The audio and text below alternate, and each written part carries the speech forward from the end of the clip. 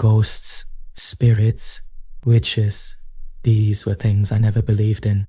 Those were just stories to scare children to me. But one fateful night, my perspective changed.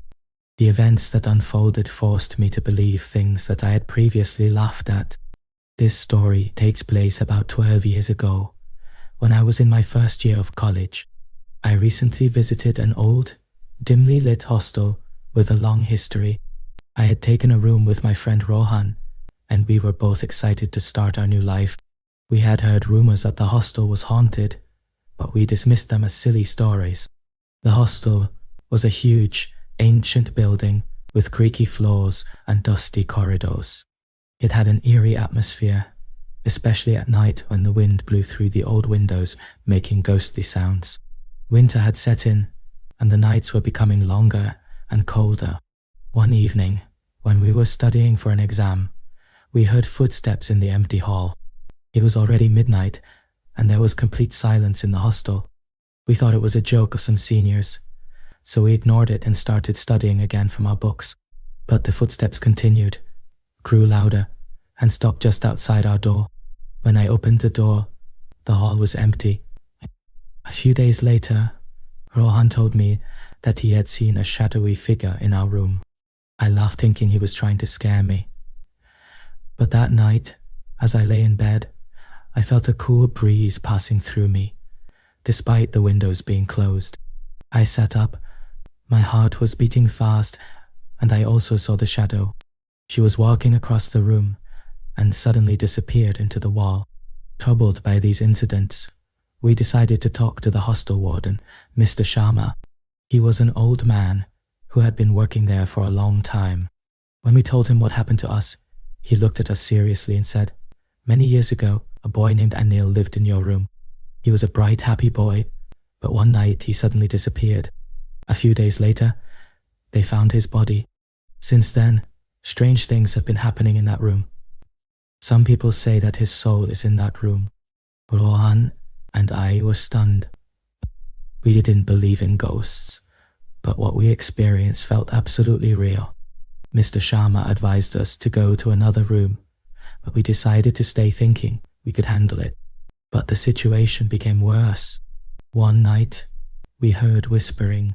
At first they were slow, then they became louder. It seemed as if someone was calling our names.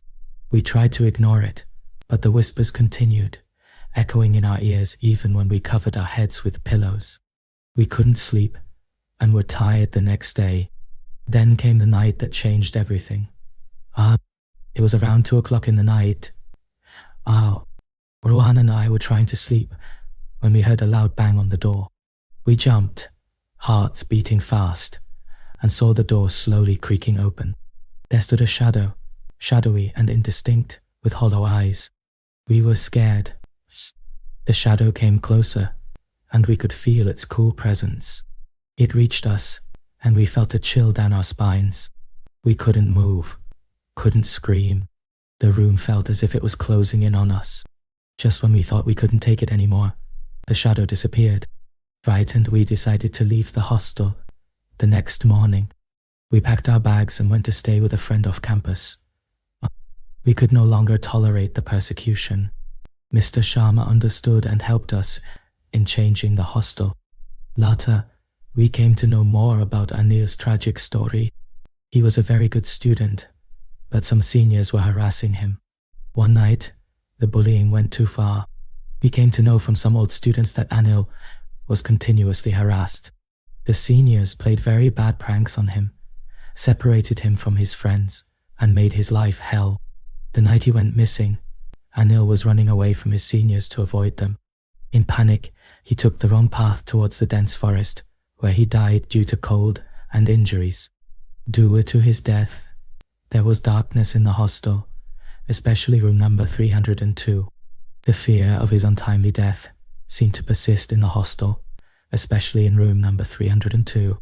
It seemed as if Anil's soul was trapped, unable to move forward because of the unresolved trauma. This experience changed us. We went from not believing in ghosts to being afraid of the unknown. We realized that there are things in this world that we cannot explain, things that defy logic. The Haunted Hostel became a legend, and new students were always warned about room 302. The management eventually decided to close room 302 so that no one else could go there. Some people said it was out of respect for Anil, while others believed it was to prevent further incidents. Years later, the story of Anil and room number 302 still sends a shiver down my spine.